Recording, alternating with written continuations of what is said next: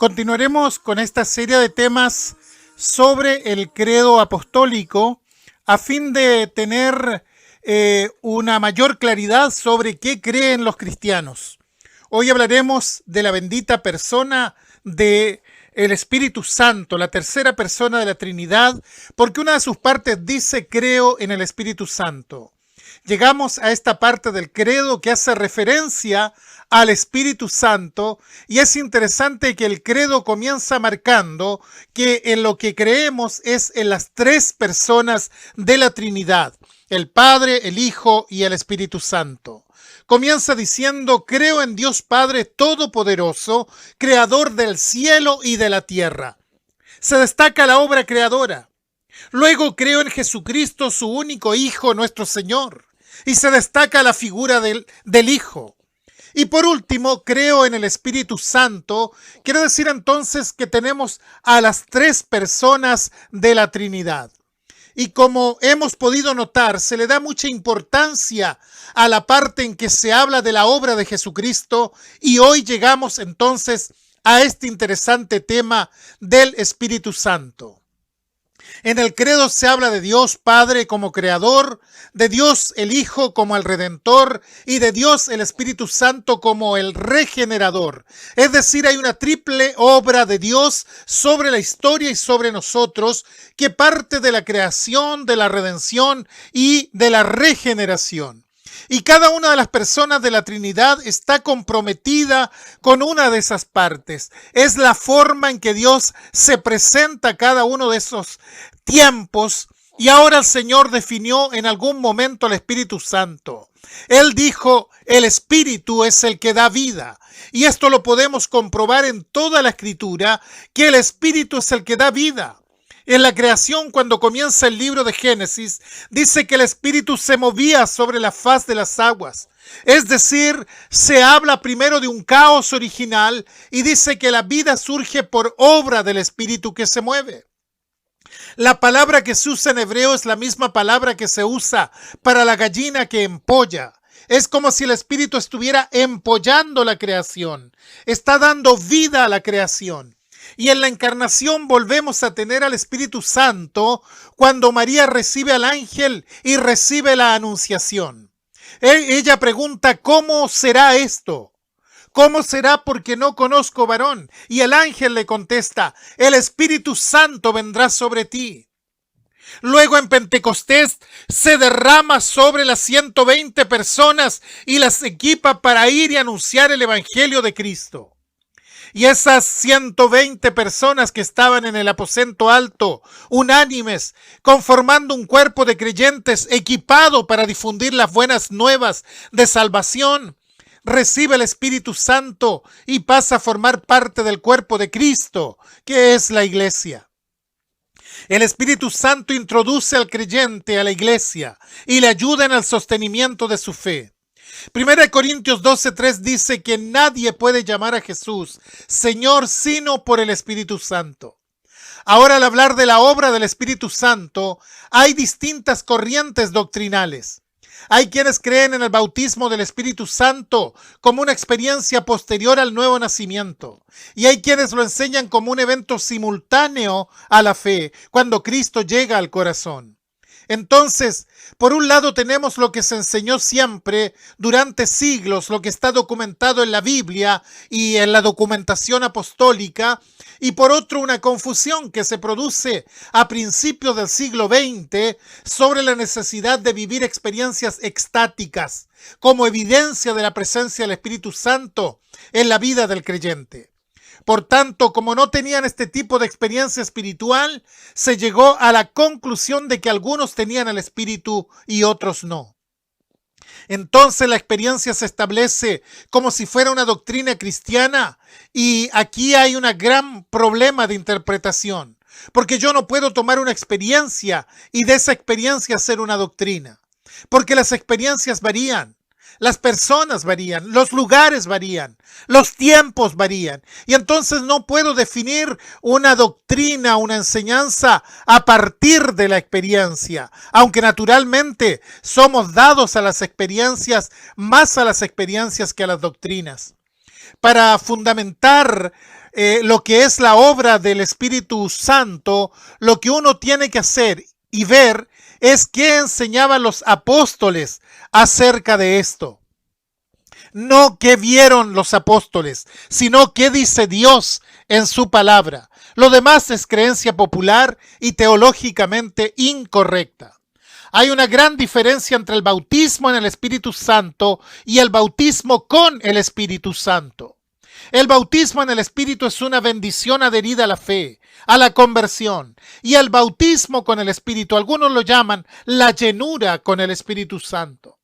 Pero quiero referirme en primer término al bautismo del Espíritu, que es la apertura o la entrada a la fe. Nadie puede llamar a Jesús Señor sino por el Espíritu Santo. Somos incluidos en la iglesia por el Espíritu Santo. Pero ¿qué dice la Biblia exactamente sobre el bautismo del Espíritu? En 7 ocasiones habla la Biblia sobre el bautismo del Espíritu Santo. 4 veces sale de la boca de Juan el Bautista, quien dice: yo a la verdad os bautizo en agua, pero el que viene tras mí os bautizará en Espíritu Santo. Por lo que inferimos de que algo va a pasar en el creyente verdadero, que se llama bautismo en el Espíritu Santo. La 5ª vez se menciona esto, lo menciona Jesús en el libro de Hechos, capítulo 1, versículo 5.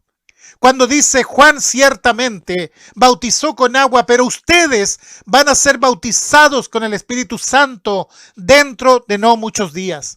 Esto es lo que dice Jesús. Ahora bien, el libro de Hechos es un libro eminentemente histórico que muestra la transición entre la predicación de Jesucristo y el establecimiento de la fe en el mundo. Por tanto, no es el mejor libro para sentar doctrinas, porque pasan cosas propias de la transición y de la historia.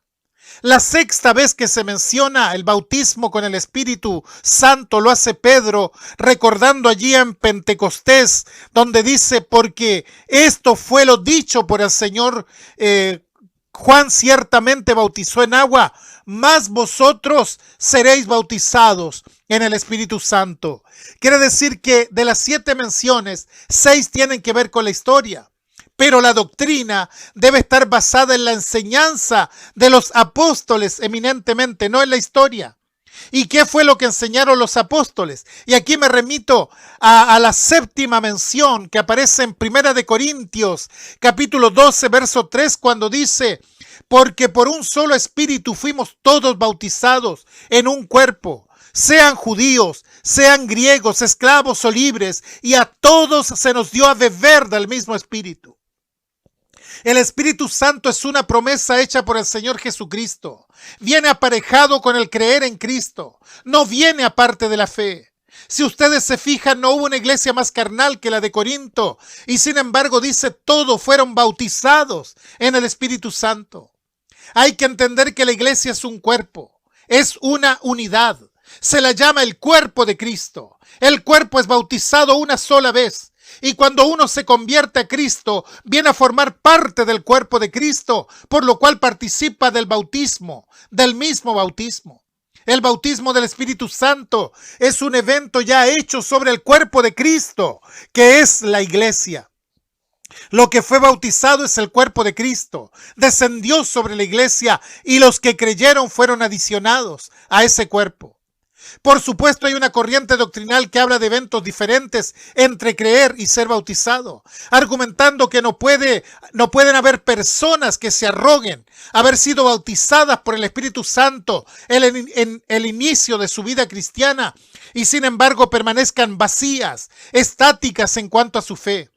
Personalmente creo que el Espíritu Santo lleva a la persona a creer en Cristo, lo cual la adiciona a la iglesia, pero no olvidemos que el Espíritu Santo es un gran vivificador, es un motivador que viene a dar poder al creyente para testimonio de su fe.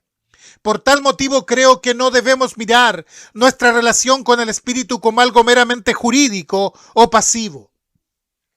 Creo que el Espíritu Santo aviva la iglesia para que a través de ella los que no creen puedan llegar a creer. Creo que el Espíritu Santo conduce a la iglesia al avivamiento. Lo creo con todo mi ser. Por tanto, creo que debemos rogar por un avivamiento. Como decía el profeta, Señor, aviva tu obra en medio de los tiempos. Y nuestro gran aliado al respecto es el Espíritu Santo, el cual está en medio de nosotros. Teniendo al Espíritu con nosotros, tenemos todo a nuestro ver. Pablo dice que estamos completos en Cristo, que no nos falta nada. Sin embargo, debemos tomar esos beneficios. Debemos practicar la vida cristiana con rectitud para permitirle al Espíritu que obre en cada uno de nosotros, que nos dinamice y haga de nosotros instrumentos de la gracia de Dios. Y esta relación primaria del creyente con el Espíritu Santo es una base sobre la cual se ha sostenido la iglesia a través de los siglos y debemos mantenerlo. Creemos que el Espíritu Santo está con nosotros y que estuvo desde el día que nos dimos cuenta de nuestra necesidad de un Salvador y respondimos afirmativamente a la fe. Jesús prometió a sus discípulos allí en Juan 14:16 diciendo: yo rogaré al Padre y Él os dará otro consolador para que esté con nosotros, el Espíritu de verdad al cual el mundo no puede recibir, porque no le ve ni le conoce, pero vosotros le conocéis, porque mora con vosotros y estará en vosotros. Acá Jesús hace una distinción muy importante. En el Antiguo Testamento los hombres recibían en un momento determinado el Espíritu Santo para cumplir una misión y después se retiraba. Tenemos el caso de Sansón, por ejemplo. El Espíritu Santo le dio fuerza hasta que en un momento dado él no es fiel y entonces el Espíritu se va. Quiere decir que el Espíritu estaba con ellos. Ahora el Señor dice, estará con ustedes, pero estará en ustedes. Y hay una gran diferencia entre estar con y estar en. El Espíritu Santo viene para estar en nosotros como el otro consolador, el otro acompañante, el otro. ¿Quién es el primero? Jesús. Jesús que estuvo con los discípulos.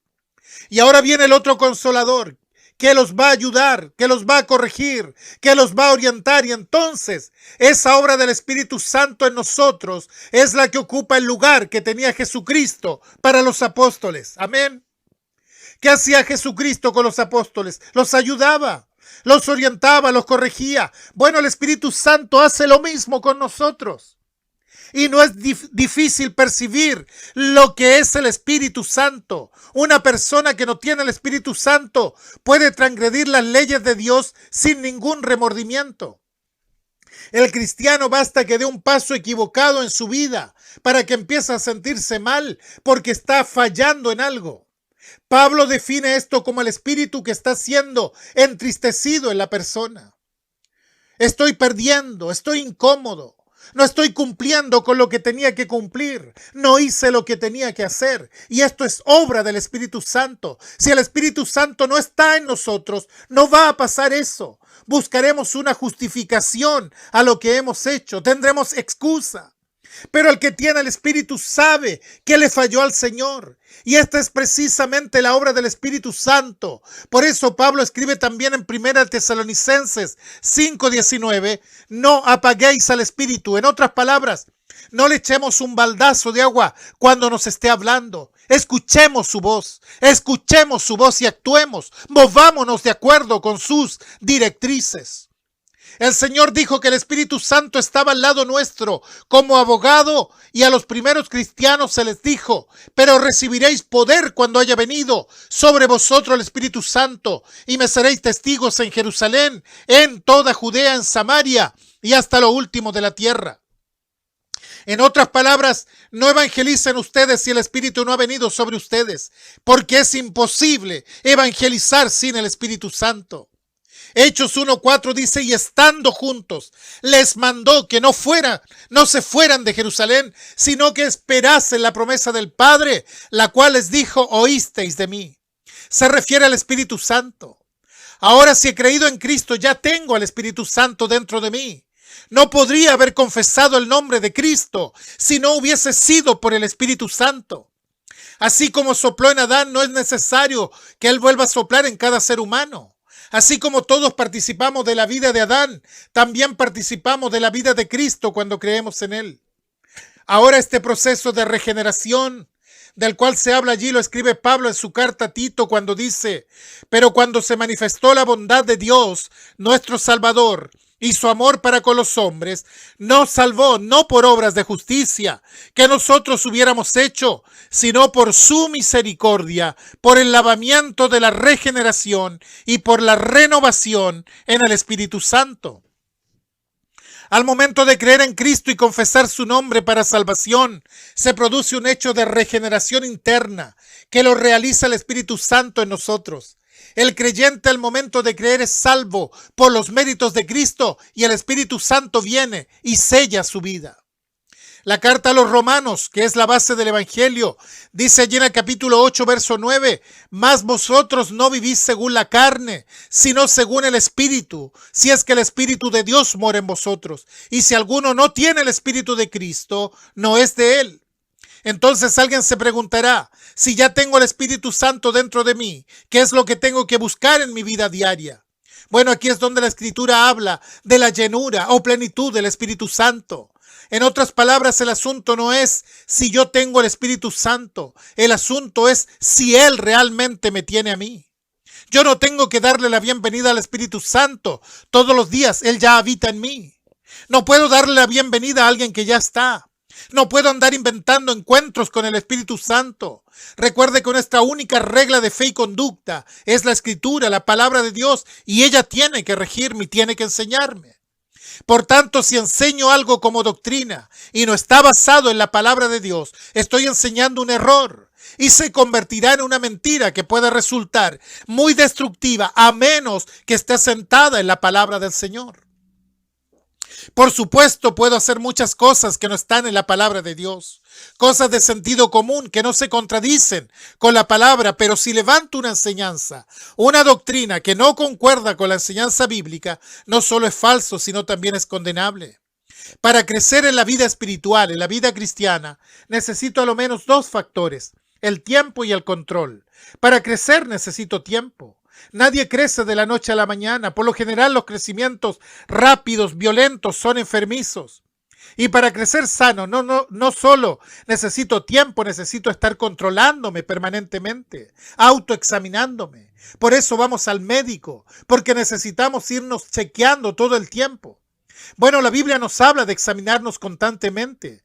Cuando Pablo escribe a los filipenses les dice, no que lo haya alcanzado ya ni que ya sea perfecto, sino que prosigo por ver si logro asir aquello para lo cual fui también asido por Cristo Jesús. Prosigo. Nadie puede decir que ha llegado a la meta a menos que ya esté descansando en los brazos del Señor. Creceremos hasta el último momento de nuestra vida terrenal. Por eso necesitamos valorar el tiempo y el control.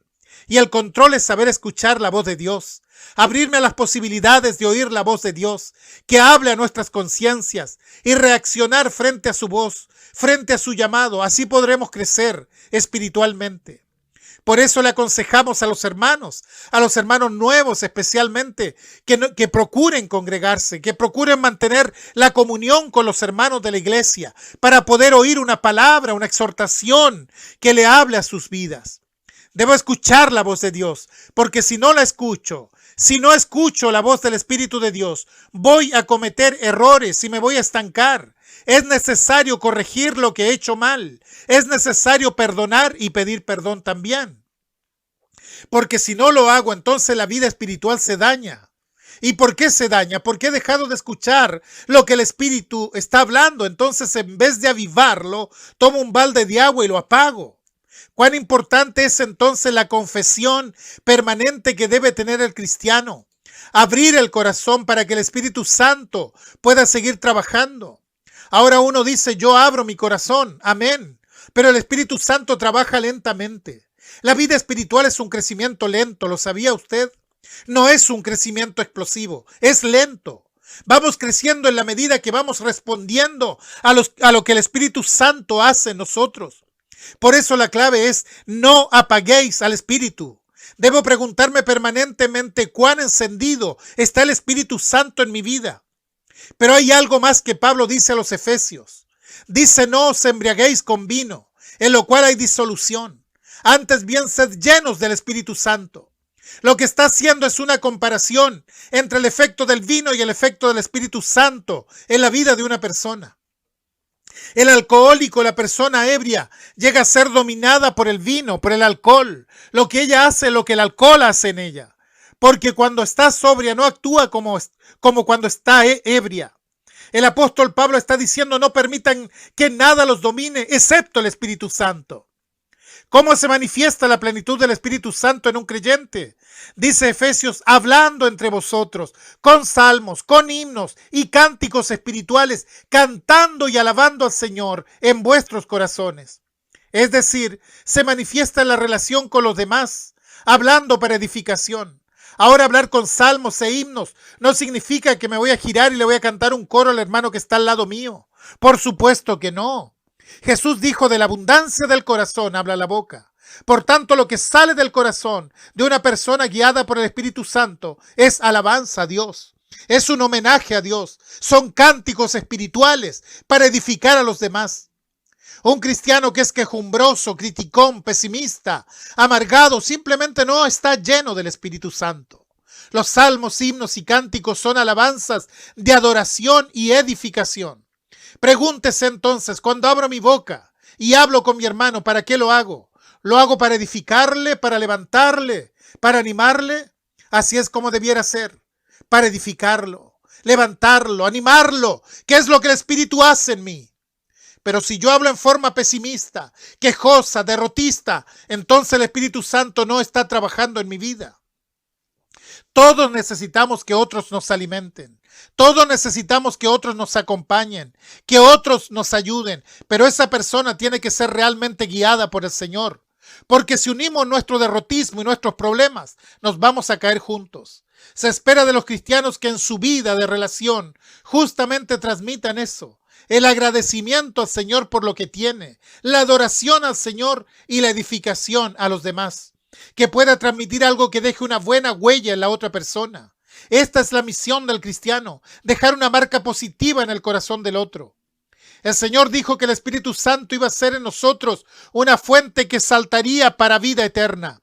Y el Señor busca de nosotros que de nuestro corazón podamos llegar a nuestro prójimo a través de la bendición que hemos recibido y la podamos llevar a otros también. El objetivo de la evangelización no es traer gente a la iglesia, no es aumentar el número de congregados. El objetivo de la evangelización es llevar a la gente a los pies de Jesucristo. Ese es el objetivo principal. La iglesia, la congregación, son medios para cumplir dicho objetivo. Ahora, ¿por qué queremos que Cristo llegue a esa vida? ¿Por la bendición que hemos recibido de Él? Por eso abrimos la puerta. ¿Para qué? Para que eso que tenemos no se quede en nosotros, sino pueda llegar a los demás. Y entonces el corazón agradecido alaba al Señor. Agradece al Señor, cantando y alabando al Señor en vuestros corazones. Cuando en nuestro corazón hay un verdadero agradecimiento, eso sube a los labios de la persona, eso sale de la persona y llega a los demás, y entonces empiezo a agradecer al Señor. Dice: dando siempre gracias por todo al Dios y Padre en el nombre de nuestro Señor Jesucristo. De pronto alguien nos pregunta: ¿cómo estás? Y la respuesta que damos: bueno, más o menos, nada más. Como que siempre hay alguna queja que está rondando. Pero el cristiano tiene que ser agradecido a Dios. Por supuesto que me faltan muchas cosas, pero lo que tengo, poco o mucho, lo he recibido del Señor y tengo que saber ser agradecido. Hay que saber ver la mano de Dios en la vida dándonos cosas. Hay que saber ver la mano de Dios en las correcciones, en las llamadas de atención, en las pruebas de fe, pero también en la bondad de Dios, porque el Señor es bueno con nosotros y la bondad del Señor se manifiesta en muchas formas. Y si buscamos en nuestras vidas, vamos a ver que son muchas más las bendiciones que tenemos que los problemas que nos aquejan. Y entonces tenemos que dar siempre gracias a Dios por todo. Al Dios y Padre, dice, en el nombre de nuestro Señor Jesucristo. La oración muchas veces se transforma en una lista de pedido. Vamos al Señor y le pedimos esto, como si el Señor fuera un supermercado donde voy y saco porque yo necesito un montón de cosas. No, tenemos que comenzar la oración siendo agradecidos por lo que tenemos, porque tenemos vida, porque tenemos salud, porque tenemos entendimiento, porque tenemos familia, porque tenemos hijos, porque tenemos nietos, porque tenemos donde cobijarnos, porque tenemos el pan nuestro de cada día. Todo eso es bendición de Dios. Hay muchos que no lo tienen, entonces todo eso es bendición de Dios. Y cuando tengo eso no tengo que autoculparme. ¿Se ha fijado que hay gente que va a comer, a disfrutar con su familia y dice, ay de los que no tienen, y ya se le amargó la comida? No. Lo que el Señor te ha dado, gózalo, disfrútalo porque Él te lo dio y agradécele a Él y compártelo con los demás si puedes. Pero tenemos que ser agradecidos del Señor. El agradecimiento es el lenguaje que tiene que caracterizar realmente nuestra vida. Y entonces termina diciendo que todo esto, cuando está el Espíritu Santo en nosotros, produce eso. Termina siendo que nosotros aceptemos también en nuestra vida las obligaciones que el Señor nos da. Y entonces someteos unos a otros en el temor del Señor. Y después habla del orden de la familia, pero dice someteos unos a otros. Todos nos sometemos al Señor. Y sometidos al Señor vamos a ordenar todas las cosas, porque cada uno sabe el lugar que Dios le ha dado dentro de la familia, dentro del hogar, dentro de la sociedad. Gloria al Señor. Quiere decir que la obra del Espíritu Santo en nosotros, que no es ni una fuerza ni un poder, es la persona de Dios. Está comprometida esa persona con nosotros. Por lo tanto, podemos decir junto con el credo, creo en el Espíritu Santo.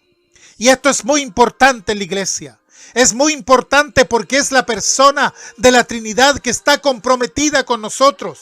Ahora mismo está haciendo el trabajo con nosotros y en nosotros. Gloria a su santo nombre. Es Dios obrando en nosotros. Por eso es tan importante que junto al credo digamos, creo en el Espíritu Santo de Dios. Aleluya. Amén.